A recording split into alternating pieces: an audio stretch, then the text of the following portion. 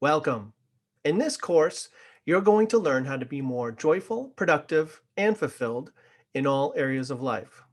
This course is called The Five Secrets That Successful Entrepreneurs and Innovators Know About Effectively Managing Their Time. You're going to learn about roles, goals, mission, purpose, prioritization, unleashing your creativity, managing large projects, and you'll have a system for living your purpose every day. When you complete this course, you'll have the skills to transform your busy life into a masterpiece life. You're going to learn the most powerful time management skill you'll ever hear, and that happens to be our first module. Secret number one, identify all of the hats you wear. Now, we talked about identifying all the hats you wear. We all have many hats that we wear, and we're very proud of all those different roles that we play. In fact, you see that all the time in social media. Here's the Twitter account of Wynton Marsalis, the great jazz trumpet player. He lists all his roles here. Mark Cuban, he's an entrepreneur, owner of the Mavericks, chairman of his company on Shark Tank. Maya Angelou, that she's a poet, an educator, and historian, best-selling author, actress, civil rights activist, producer, and director. So we're very proud of all these things we do. Gary Vee, Aisha Curry, I love hers. Believer, wife, mommy. Michelle Obama. Here's another coach, Bruce Van Horn, leadership and executive coach, business consultant, podcaster, author, thought leader, cancer conqueror, life liver. Melinda Gates, Ariana Huffington. J-Lo even has her roles: actor, writer, director, producer, entrepreneur. So in order to talk about our roles, we have to think about being like a musician. I'm a musician. I've been playing drums since fourth grade. I'm a music therapist as well. So when I think of roles, I think of like a set list for a band. Here's a set list for the Rolling Stones. Now, of course, if you think of your favorite band, going to see them live in concert, they have a set list. All of their tried and true classics, but also they usually sneak a few new ones that they're working on in there as well to get you used to some of the new hits. And this is the same approach you're going to take to your role list. Always have a couple roles that you're not actually doing yet, but you're setting yourself up to do. It's so important. So you might ask yourself, what are some of the benefits of identifying our roles? Create this role list. Well, when you create your own role list, it will help you to be empowered to make powerful and purposeful transitions between the different areas of your life. It'll give you permission to spend time in areas of your life that are deeply important to you. It'll allow you to see the big picture of your life. And to get that perspective from above is so powerful.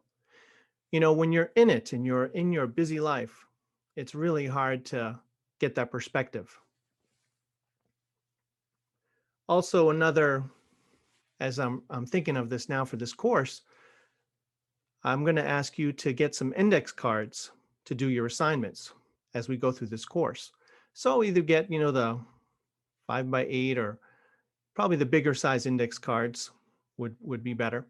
And that's what you'll use for your assignments. So getting back to some of our benefits, when you have a crisis, you'll see it as one part of your life and not all of you. And this is so important, knowing that you play all these different roles. So when something goes bad, you know it's not you, it's just a part of what you're doing. It'll give you a vision for your future and helps you to begin steering towards it today. It literally provides you with a bridge from the present to your future self. Also, your role list adds beauty and joy to your life as you begin to curate the roles you want and be more selective of what you need in your life. You can think of yourself as a composer. A composer has all of their musical ideas and they have to combine them, integrate them, feed each one of them to create a beautiful masterpiece. Or a sculptor that they chip away at that lump of clay and keep making more and more distinctions until it really shines. It's a work of art. That's how you want to approach your roles. Keep chipping away at them. Get rid of all the junk. Or you can think of a chef. A master chef would have all of their great ingredients for a dish. Even if you think of kids playing, I love to think about the creativity involved with children's play. It's like a kid dumping out all of their favorite toys to tinker around with. Those are your roles. So you've got to select them very carefully. Also, having a role list guides you through the changes of life year to year. Your role list is going to be a lot different now than it would be 5 years ago, or 10, or 5 years from now. Also, a role list will help clarify what you value so you can share it with others. How meaningful would it be for you to be able to hand over a document or to say it verbally of all the most important things in your life?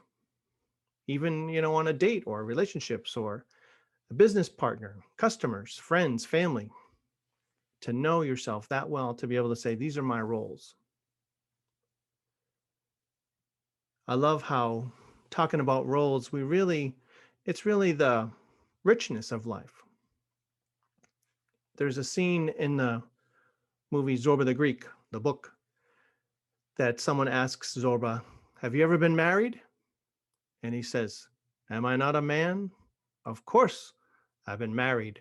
Wife, house, kids, everything. The full catastrophe. So this was quoted in John Kabat-Zinn's book, The Full Catastrophe, as well. But he's not talking about his life being a catastrophe. He's saying that it's the whole gamut, the ups and downs and the joy of it all, the richness. And that's what I think of when I think of roles. So you might ask yourself, what is a role? Well, the definition of a role is a category in your life that needs quality time for you to be fulfilled. Now, the first step to identifying your roles is actually to take a step back and to brainstorm a list of your passions, hobbies, and interests. We all know that hobbies are very important to us. And I say it's very, very important to continually cultivate your passions, hobbies, and interests. There is a range. I certainly think of passion as being the highest of importance to you that, if you don't have this in your life, you're going to be miserable. And a hobby, of course, things that you like to do. An interest may be just getting you started, something you want to try out maybe or tinker with. I always think of Steve Irwin, the crocodile hunter, as a perfect example of someone who was passionate, just living their passion. That you could just tell that that's what he loved, working with animals. Martha Stewart created an entire empire out of her hobbies. Did you know that Steve Jobs was fascinated with calligraphy? And he took some classes in college and he loved studying fonts and making that connection between emotion and the visual part of a font. The word passion comes from the Latin root pati, meaning suffering or enduring. So compassion means to suffer with. And passion is, at its core, a form of pain that demands quenching. These are some ideas from the great software engineer Vivek Haldar. So what can you exist without in terms of passions? So let's take a look at Tracy's passions, hobbies, and interests. She's got a bunch here, and there's some that are in red, that I'd like to focus on because they have a direct relationship with her role list. So she lists as passions family, spirituality, yoga, Spartan races, self development, being a cancer survivor. And in those, the last four I highlighted because when I spoke to Tracy, she was saying that yoga is something that she couldn't live without. She has to teach her yoga class every Friday. So that became one of her roles, as you'll see in a few more slides. When it came to Spartan races, she said that was important to her, extremely important. And she saw herself as an adventurer at heart. And that's a key part of her personality. So that became one of her roles, adventurer. Also, being a cancer survivor was so important to her that she ended up joining a board, the No Stomach for Cancer board. So that became a role. And for hobbies, camping, CrossFit training, roller derby, playing guitar, backgammon, and horror movies. And the roller derby was something she wasn't even really thinking of. She just does it on the side for fun. But this was important to her. So that became one of her roles, roller derby queen. And she even had a nickname. Of course, you have to have a nickname. It was Holly Wanna Crack Ya. So for interest, she listed poker, casinos, sushi, Martha Stewart, learning Japanese, and journaling. And Japanese became a part of her job, actually. She was a leadership director for a corporation, and she was going to be going to Japan for a lot of, you know, lengthy assignments. So she started learning Japanese, and that became one of her roles. Action step 1.1. Now is your turn to do a little assignment here. Get out your index cards and list 12 or more items for each category: passions, 12 hobbies, and 12 interests. So you can pause the recording here whenever and do that, and I'll just keep moving along. Did you know that there are four types of roles? The first type is mind, body, spirit. So you might have certainly a role for your body or your health, spirituality, and your mind. All those will be related. An example might be, that you have a role of visionary or healthy body or meditator or Christian. Next type is giving and receiving. This is the coming in and going out. So a giving role might be that you're a volunteer, a philanthropist. Receiving probably would be financial. You might have a role of investor or millionaire or billionaire, wealth builder. The next type is personal roles, and that would be like the normal, what you would think of as a personal role. You know, you're a brother or sister, mom, friend, hobbyist. And for professional roles, of course, that would be your job, but also it could be things that are related to how you're going to move into your job. Maybe you're working on being a supervisor. If you're an entrepreneur, you would probably be working on sales or marketing or web design or networking. You have a whole bunch of different roles that you'd be tackling. Sometimes we have surprising roles. You probably didn't know that I'm a former Olympian. Well, just joking.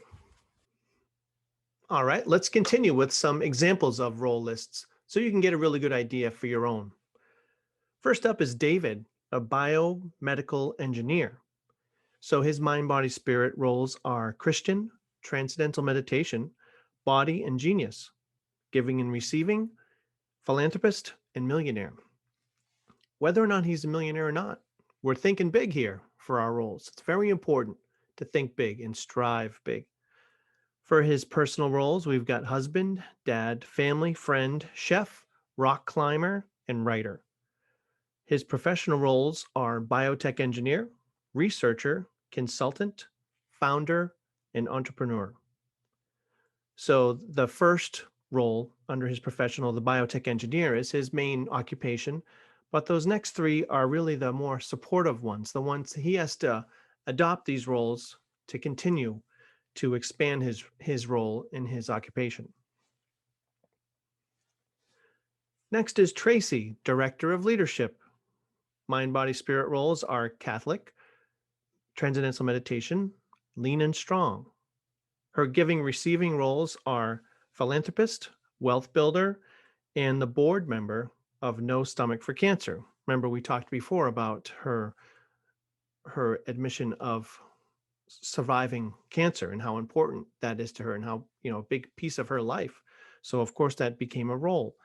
Her personal roles: wife, mom, family friend, yoga instructor, roller derby queen, and adventurer. Professional roles: director of leadership training.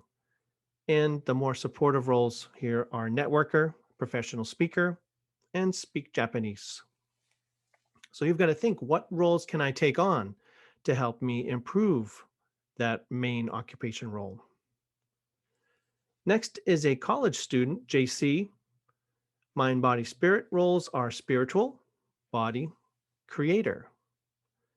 Giving, receiving roles: student mentor, volunteer for the animal shelter, and money smarts. After a little encouragement and coaching, she adopted this money smarts role. She figured at first she didn't make enough money. She was just doing drum lessons and stuff to really have a role about money, but you've got to have a role for money.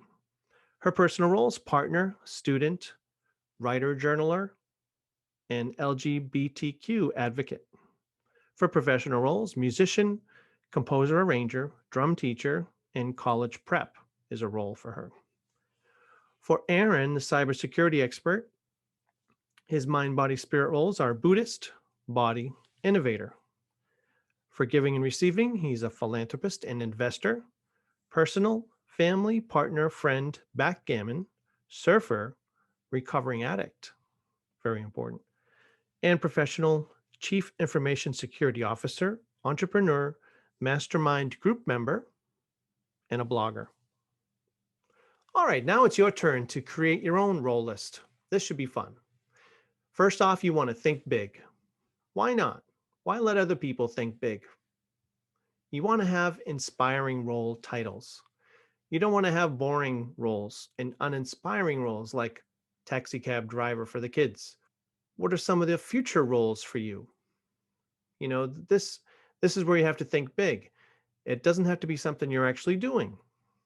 I'm not a millionaire, but I have a millionaire role.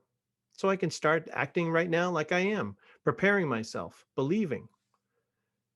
Another few roles that you could work into are visionary, professional speaker, sales pro, millionaire, billionaire, genius.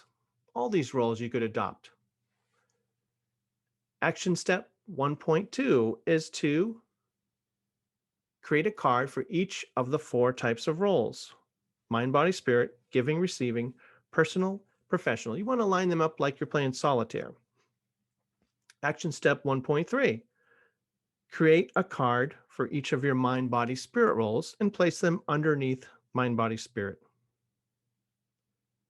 Action step 1.4: create your giving and receiving roles and place them under the category giving, receiving.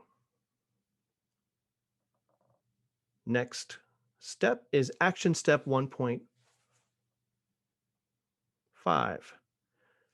List your personal roles. Action step 1.6.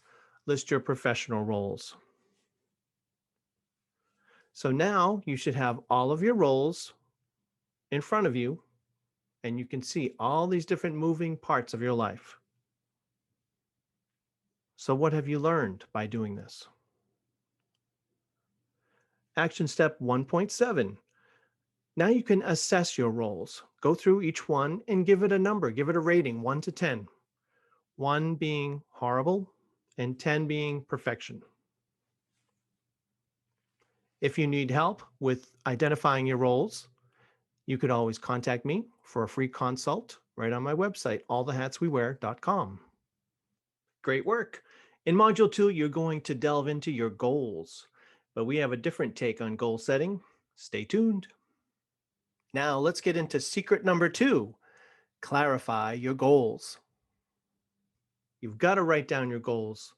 It's so important. It dramatically increases the chances of you achieving it. One reason is that you get to revisit it and see it often every time you read it through. And I suggest that once you print out your goals, put it up where you can see in your office or in your bedroom, on your phone, in your car, across from the bathroom, the toilet, whatever works for you. Now, most people focus on SMART goals. That's the acronym for specific, measurable, achievable, realistic, and timely goal. I don't really use them. I think they're kind of boring. I think they're limiting. I like to think big. And I developed four different types of goals because just like all the tools in your tool belt, you need different goals for different reasons. So the first type of goal is the habit goal. A habit goal is a rule for how you're going to live your life. It's simple. An example, I exercise aerobically for 30 minutes. That's it. Another example might be I meditate for 20 minutes, or I call 50 sales leads today or each day. I read for an hour before bed. This is something you're not doing now. You want to try to instill this habit in yourself. So it's something you're striving for, you're stretching. Once you make it a habit, you can remove it and replace it with something new that you're working on. I suggest, 8 to 10 habit goals would be a good limit as long as you're working on all of them. The next goal type is the deadline goal. And this is an outcome with a deadline. It's a snapshot in time. So an example might be by June 30th, I weigh X pounds. By December 31st, I have X amount of money in my savings account. By June 15th, I'm scuba certified. The next type of goal is the visionary goal. And this is an aspiration that can't be measured. An example, I enjoy abundance in all my roles. I'm a world-class problem solver. I'm the best dad I can be.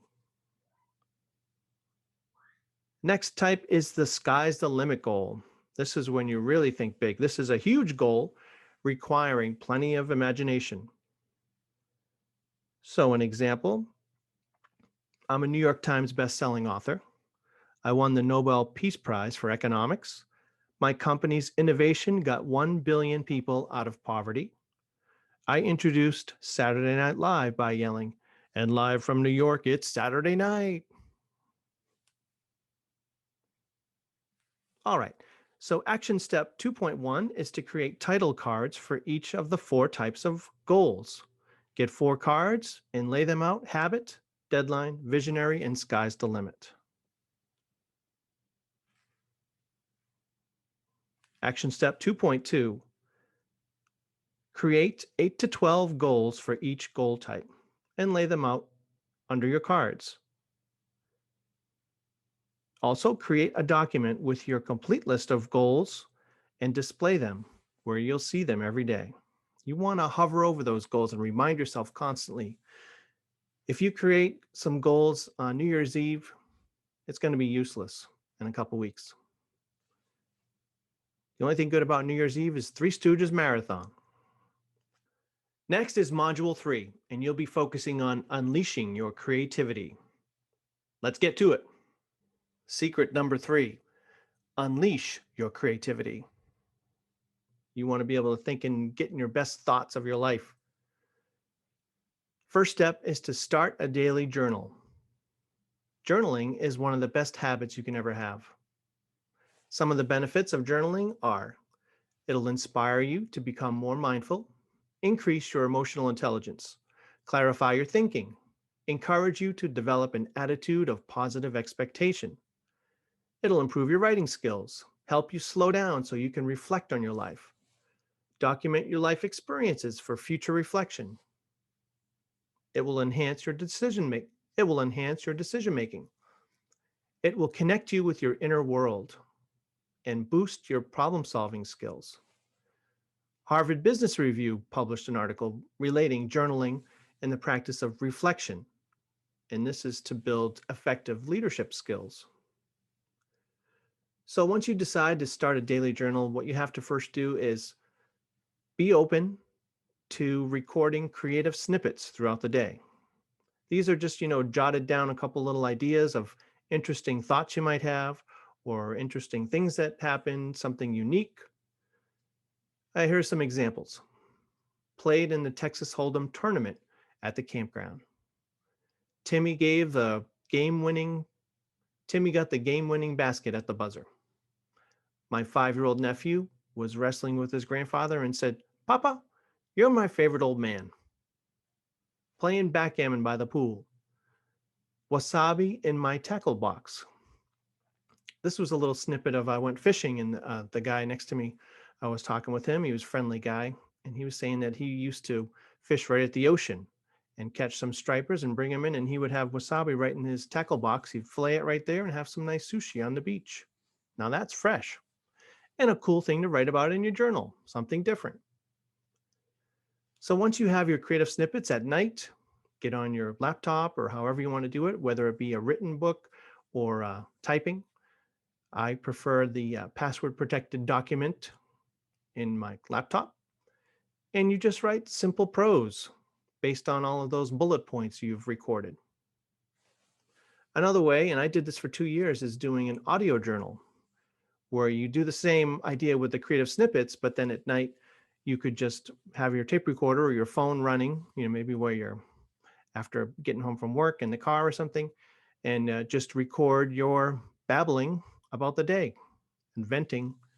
It's nice to be able to capture that venting, and you don't have to do it with your family all night long. Get those ideas out. Also, you want to improve your writing skills. There's a thing I called color words. And this is another thing I derived from being a musician and a composer.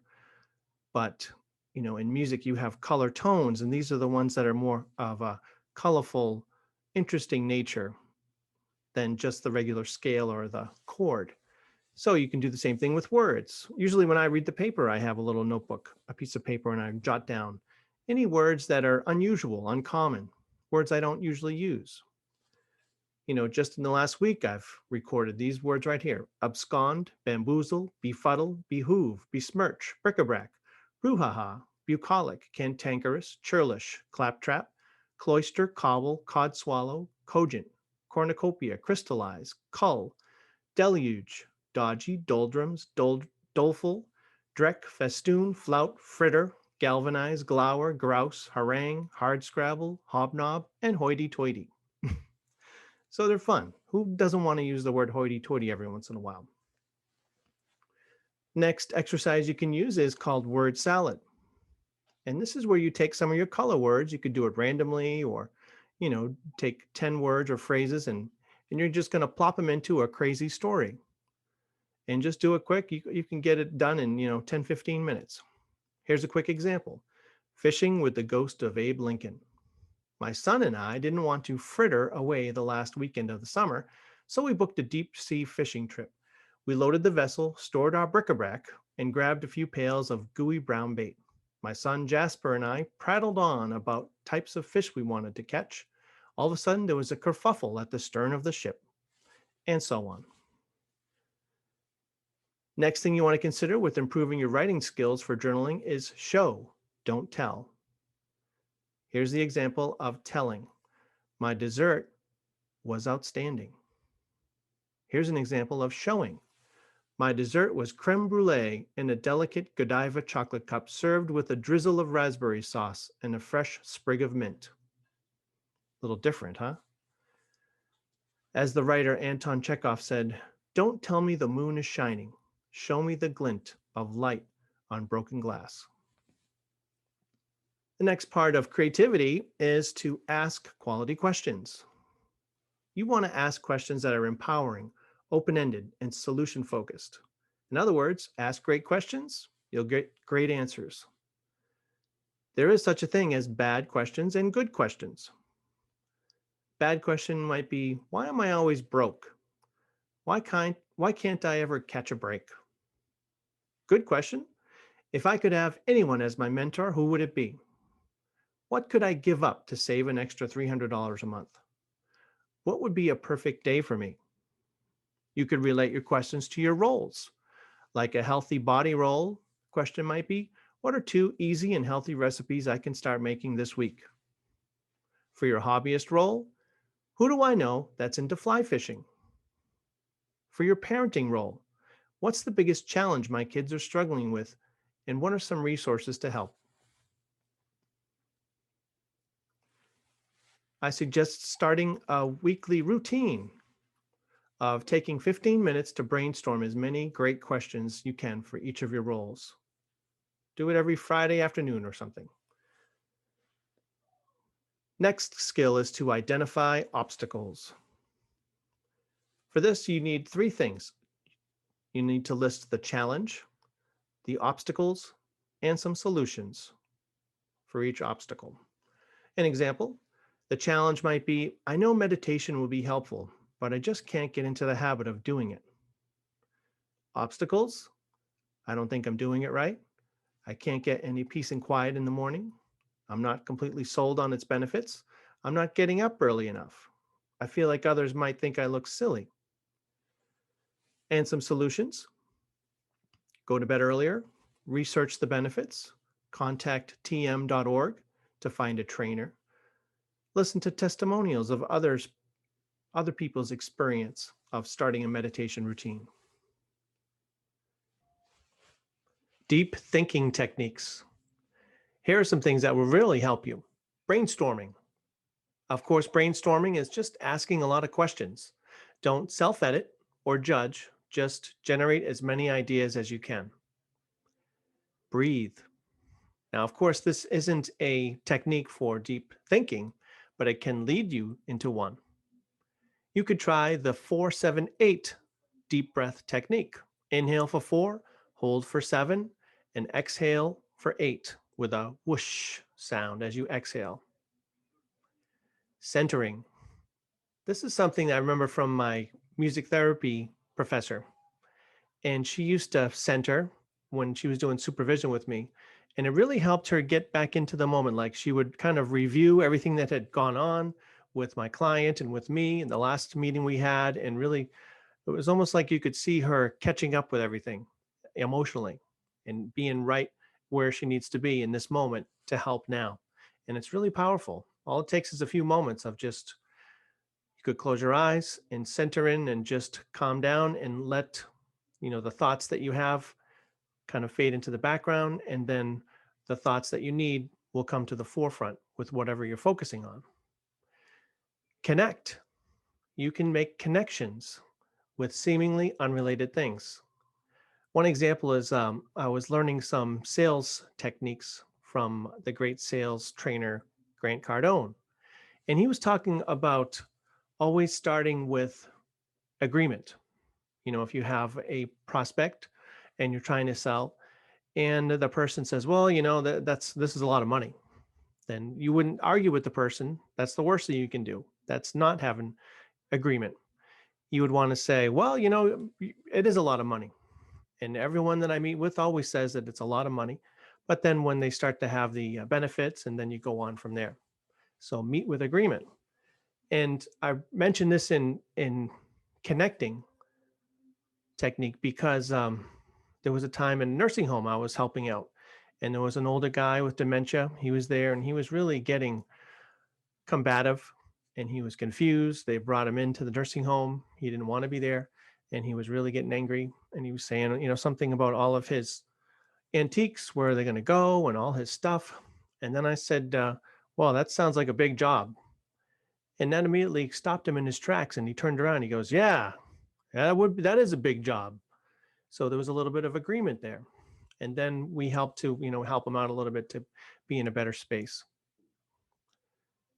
Consider, set aside time to make decisions, create questions, issues, challenges.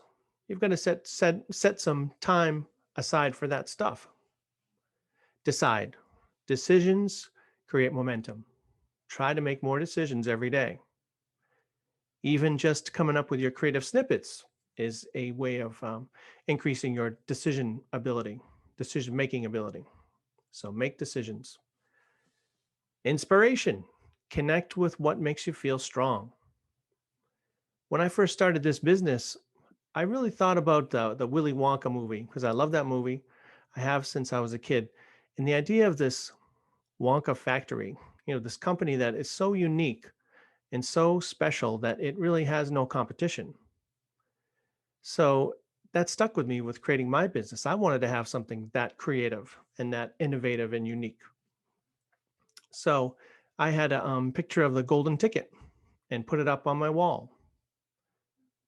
So try something like that for you. What inspires you? Connect with it as much as possible. You could interview. You want some access to VIPs and leaders and innovators in your industry? Start a podcast or a newsletter. I did this for drums way back in college, got to interview all the top drummers. And then I did it for music therapy, got to interview whoever I wanted, and it was great. And now I do this with my All the Hats We Wear podcast, which I've interviewed millionaires. So it's a lot of fun and it's a great access point for networking. Intuition. Follow your gut feelings. They're extremely important. Take a moment and explore some of your gut feelings about vital areas of your life and do this regularly. You could meditate. Most forms of meditation focus on the mind. They focus the mind. So increasing the awareness is important in most types of meditation. One great book to get you started with thinking about meditation, this is for transcendental meditation, is the film director David Lynch's book called Catching the Big Fish: Meditation, Consciousness, and Creativity. Mentoring. Are you a mentor? And have you been mentored? Very, very important. I have a little notebook just for my mentor. I just jot down questions and concerns I have so I can go over those with her when I meet with her. Planning. The great thing about systemizing your life is having a place for everything.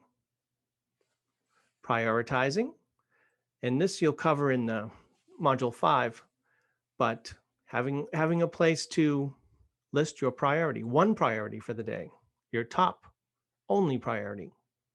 Remember, priority means one. PRI is primary, one. You could have a priority and then top outcomes. Strategize. Take some moments and just strategize. That can save you hours, weeks, months, or years. And this is another idea of having a great mentor. It can save you an awful lot of time. So what's something in your life that you need to strategize about? Also, you can use tactile and sensory cues.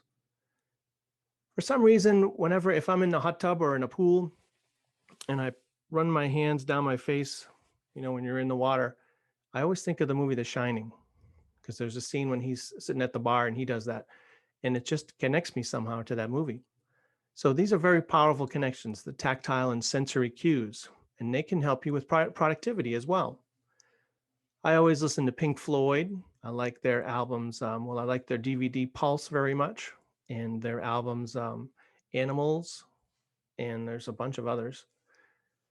Maybe smells might help you stay working for a long period of time. Coffee, apple pie, a candle, a fan, breeze from an open window, coffee or tea, the feeling of bare feet on carpet, just stretching, doing some push-ups, jogging in place, deep breathing, looking at your favorite painting or work of art, touching a sculpture, splashing water on your face. Any of these can help you to be reinvigorated. Visioning. How clearly can you see your desired results? Feed your mind with amazing images, and they'll come through in your vision. If you want help with any of this, give me a call. We can have a consult. Contact me through my website, allthehatswewear.com. You're going to love this next module because we're going to focus on how you can ace those large projects. Secret number 4, effectively manage large projects. This is huge. Most of us underestimate the time and work required to complete large projects. We often don't have a system to follow. And one big reason that we lose a lot of momentum is that we don't know where to pick up where we left off. And that's so crucial. And this system is going to really help you with that. In this last module, we talked about deep thinking techniques, and one of them was to center, to really reconnect with that emotional point that you are, and that's being very, very helpful. So there are 7 stages to project management, and this relates to any creative project you do, whether it be planning a wedding or write a book, whatever it is, creating a product. Stage 1 is to identify the spark. Stage 2 is the gathering stage. Stage 3, brainstorming. Stage 4, structure. Stage 5, action. Stage 6, refine. And stage 7 is to celebrate. So let's take a good look at each one of these, and I'll give you an example. And the example I'm going to use, the case study, is a book that I wrote for drummers. Of course, I'm a musician and a drummer. So I figured well, here's the story. I was doing a lot of lessons about 25 years ago, and I found that the students had a lot of the similar problems. So I started to think about, well, maybe I could compile a whole selection of solos to help them with their technique. So this project really came about organically. I wrote a solo called The Mad Scientist, and the students really took to it. They were really having a performance with the piece. They got into it. They involved their emotions. So, and then I started to think, I really like mad scientist movies and the whole idea and the pictures of mad scientists in their laboratories and all the beakers of liquids and everything bubbling. And it's just a lot of creativity. It's cool. So this became my spark, Mad Scientist, related to a book for young drummers. Now, stage 2 was the gathering stage. So I collected all pictures of mad scientists and watched movies and researched, hung up pictures of mad scientists all over the wall. And I started studying other people's drum methods to create my own curriculum. Stage 3 is the brainstorming stage. This is where I start to ask a lot of questions. What's the purpose of the book? Who's it for? How is it going to be used? How can I inspire the students to practice? Why am I interested in mad scientists? Should this be broken up into multiple volumes? What are my resources, etc.? Stage 4 is the structure stage. Now, this is where you're going to focus on, the form of your project. If it's a book, how many chapters? If it's a composition, how many movements? That sort of thing. So what I did was made a huge poster and then labeled it with, grids, rhythm, and titles of the composition and theme and grade level. And then I started to create titles for my songs. So titles like Grand Slam Homer and Swing for the Fence were, a baseball theme for the little kids, or a pirate theme followed with the Shiver Me Timbers and Treasure Chest. And the important part is all of these ideas and all of the work of the project closely or inorganically stems from this identifying the spark, stage 1. For the middle school kids, I had compositions like Slippery Slugs and Attack of the Horrid Fungi and Serenade for a Dung Beetle. Stage 5 is the action stage. This is where you're going to roll up your sleeves and get the work done. For this composition book, I wrote 65 pieces in 4 days. And this made me realize, and this I think is a big reason for a lot of people's writer's block or being stuck in a big project, is that if you don't do that work beforehand, if you don't do stages 1 through 4 properly, you can't just jump into the action stage. That's where you get stuck. You haven't laid the foundation. You haven't done your pre-planning. Stage 6 is the refining stage. Then I had to get out the drumsticks and play through all the solos over and over and over again and make tiny little adjustments to make sure that they were just perfect. I think of Stephen King's description of a poem he really liked when I think of refining. And he said that it was so well structured, this poem, that he said you could almost hear the support cables hum because they were so tight and taut and all holding the piece together. And that's how you want to approach your projects. I find this stage of all of them is often underutilized and skipped over. We want to just get to the celebrate, get to the project being done. Make it sparkle. Take as much time as you can. Of course, you might have a deadline and you have your parameters, but try to make it sparkle as much as you can. Stage 7 is celebrate. Of course, that's the stage when it's complete. And for my book, sent it off for publication to create an army of little drummer minions. So, what are some of the projects on your plate? It's very helpful to write them out. You could take the index cards and list them out in front of you. Another very handy thing is to create a table where you have all of your projects listed on the left, and then all of the stages 1 through 7, and then the due date on the right end of this table. And you can literally mark where each one is. Each project, you can see, put a check mark under which stage it currently is. And then the value of this is not only that you can see everything you got going on, but you can look at a glance and just say, oh, I'm at the brainstorming stage here. So when you get some time to do some work on that project, now you know to buckle down and start asking questions about it. Or maybe you're at the refine stage and you can recenter yourself so that you can do the refining work. Next will be our final module, and this is putting all of the pieces together so you can live your purpose. Stay tuned. Secret number 5 is to have a system for living your purpose every day. So now let's delve into mission statements. And you've probably heard a lot about mission statements, but I have a different take. I don't want you to have a mission statement that just hangs on the wall and gathers dust. You want to have something that you're going to revisit every day and hover over and connect with every day. So my approach is a mini mission statement for each role. Here's an example for my role of visionary. First, you start with doing a brainstorming session on it. And this, you want to generate as many ideas and words and phrases that relate to you and that role, like if you were really knocking it out of the park at your best. So for visionary, here's my brainstorm list: elegance, lightning rod, intelligence, momentum, lookout tower, Frank Zappa, John Coltrane, creativity, depth, beauty, profound, simplicity, power, juicy goals, thinking big, clarity, crystal clear vision, Willy Wonka, and golden ticket. Action step 5.1 is to create a bunch of brainstorm words and phrases. Do that for each role. And then just place it on top of your corresponding role card. So left to right, you have mind, body, spirit at the top, and then you have all your mind, body, spirit roles, and so on through the other role types. Then you write out your index card with your brainstorm words and phrases and just put them on top of the actual role card. Now, the next step after you have your brainstorming is that you want to use this template.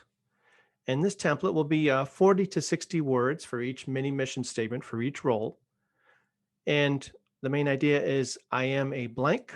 This would be your role title. So I am a visionary. And then, so the template is I am a blank. I blank, blank, and blank. So I can blank. I blank because blank. This is my blank role. And that last sentence is really like a nickname. If you have a nickname for the role, this is my Willy Wonka engine role, whatever works for you. So here is an example of a finished mini mission statement with that template. For visionary, I'm a visionary. Creativity is my greatest gift. I think big every day and constantly absorb new insights and apply them. I'm a lookout tower and lightning rod. I'm a voracious reader and unstoppable force for good. My crystal clear goals keep me on track for achieving my juiciest dreams. This role is my Willy Wonka engine role that drives everything good in my life. Action step 5.2. Now you're going to complete your mini mission statement and put them on top of your other cards. Action step 5.3, make an audio recording of you reading your mini mission statements. Let's talk about planning now. How do you plan your week?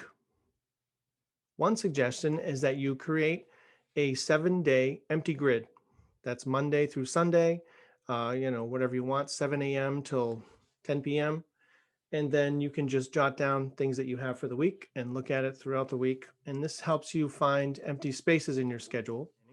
Usually Sunday evening or Sunday afternoon, I'll do a weekly plan and just review everything, bring up priorities that haven't been made and, revise your to-do list, get out your 7-day empty grid.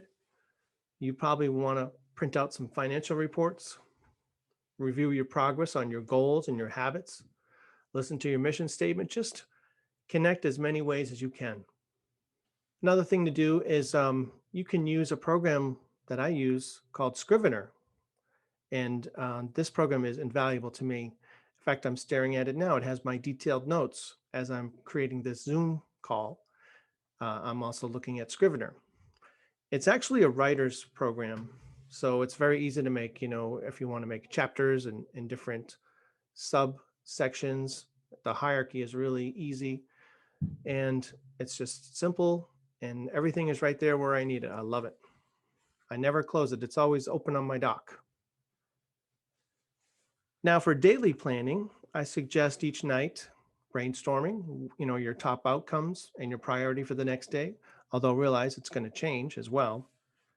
But it's good to think about that day the night before. And as a daily planner, this is also on my resources page if you want to take a look. It's a two-page booklet, 8.5 by 11. And on the top is the top outcomes. And this is a space just for the top outcomes and priority, the most important things for the day. Then we have a space just to write stuff. And on the right-handed sheet, page 2, we have space for the journal creative snippets. Then we have a block for the projects. List a couple projects and list the outcomes that you want to do. And I always have a list of the roles, the role list, to keep you grounded in those roles. See them every day. Revisit, hover over them, connect with them. Also, to plan your day, you can think about a technique that I use called round the world. And that's where you literally go through every role, take 2 or 3 minutes and get something done. Or even if you just stop and think about that role, you check in with each role. You can do it in like a half hour around the world. I got this idea from a kid's basketball game where you go around the key and you have to hit each shot before you can go to the next location. So do the same thing with all of your roles. Now let's talk about some peak performance techniques. You've learned a lot. We've put it all together. You've learned a lot of skills, and now it's time to perform. So here's one example of this is a comparison between a very bad performance and an excellent performance. And I bring you back to when I was 17 years old. I was a drummer in the Boston Crusaders Drum and Bugle Corps. And on our first show, I was so nervous. I was so hyped up. I really couldn't even think. And the lights, it looked like I was at the Super Bowl. It was a night show. And the crowd was roaring because we were the hometown. And it was really exciting, but very, very scary. So I couldn't concentrate. And the first move went of the show started. And I wasn't thinking of anything. And the first move stopped and I kept going and I crashed into the person next to me. And it was awful. In fact, I think I still have nightmares about it once in a while. So I wasn't thinking, I was just mindlessly going. I was reacting to whatever was happening. Now let's fast forward 5 years to my final performance. And it's a 14-minute show. And this was like a mental script that I followed as it unfolded. I was completely in the moment. I was enjoying the music and performing for the audience and myself, but also I knew what I was doing. It was almost like a checklist. First watch the drum major for the opening tempo or the speed of the song. Check. Watch the drummers for this drill and for this marching maneuver here. Check. Make sure to listen back for the bass drums for the tempo change here. Check. So I had all of these things, and then you have a beautiful performance, excellent, and you can enjoy it, and it's doing your best job. You see the difference? Now, the next skill to use for performance is what I call no opinions productivity. And this is forgetting about all the self talk in your head all the time. And one way that I learned to use this is I was folding towels and I wasn't fretting about which one to get next or what I was doing or the order. I was just grabbing whatever towel was logically closest and just folding it. And I just kept going and I never used my brain at all. There was never any self-doubt or consideration. And then I started doing that with the silverware, putting the silverware away. Same way, just focusing more on the momentum of movement in the flow of getting it done. And then I started to say, you know what? I wonder if I can do that for tidying up my office or tidying up a room. And I did. And then I said, well, I wonder if I can do this with a to-do list and experiment with it. See how you can do just focus on getting into the zone, getting into building momentum and just staying in it. As soon as you have some self-doubt or start using your brain too much, be aware of it and then try to refocus and start again. My next tip for peak performance is called drop the needle. And this brings me back to UMass days when I was in college.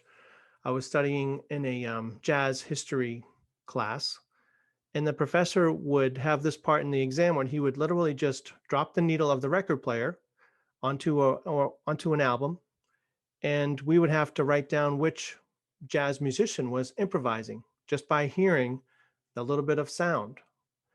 So this idea of dropping the needle, like there's nothing one moment, and then the split second after, you have 100% engagement. So you can also do this when you're trying to get some work done. And you do this by having this mantra, I'm at my very best right now. So if you're feeling kind of sluggish or you're not sure if you want to do it, you just say that mantra, I'm at my very best right now. Or another one could be, there's no reason I can't do my very best right now. And then you get to work. Now, this isn't to say you're going to do perfect work, but you are doing something that will get you on the path to where you want to be. Another resource that helps is The Artist Within, a book by Julia Cameron. And she has a powerful technique called the morning pages, which will help you get out of that stifling writer's block or inability to take action because you're just writing whatever. And you do that every day. You do 3 pages of that every morning. It seems like with creative thinkers, a lot of times we claim the need for like a magical muse or perfect conditions to spark our inspiration. But we can't wait for divine inspiration. Everyone can be creative and immediately. Carpenters, graphic designers, and surgeons, they have to be working 100% right away at the start of their shift, no matter how they feel or their mojo. And so can we. Woohoo! Congratulations. Great job. You have plenty of new resources and skills, actionable strategies that you can use from this training, I hope.